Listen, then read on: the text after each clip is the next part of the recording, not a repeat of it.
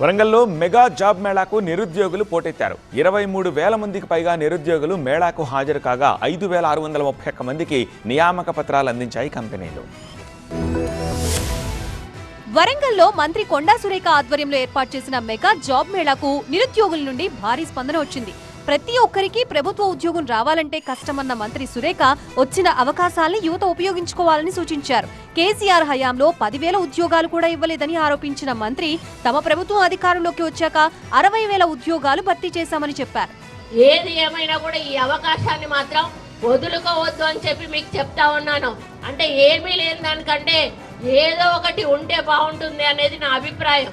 మనకు కూడా కొంచెం సమాజంలో విలువ ఉంటుంది. అమ్మ వాళ్ళ దగ్గర కూడా వాళ్ళు చదువు చెప్పినందుకు వాళ్ళకు కూడా తృప్తి ఉంటుంది. మీ ఎక్స్పీరియన్స్ని బట్టి ఫర్దర్గా మళ్ళీ మీ భవిష్యత్తులో ఇంకా అప్గ్రేడ్ అయ్యే ఛాన్సెస్ కూడా ఉంటాయి. రైల్వే స్టేషన్ సమీపంలోని ఎంకే నాయుడు కన్వెన్షన్ హాల్లో నిర్వహించిన జాబ్ మేళాకి వేలాదిగా నిరుద్యోగులు తరలివచ్చారు. దీంతో కాసేపు గందరగోళం తలెత్తింది. వెంటనే నిర్వాహకులు స్పందించి పరిస్థితిని చక్కదిద్దారు. దీంతో జాబ్ మేళా సజావుగా సాగింది.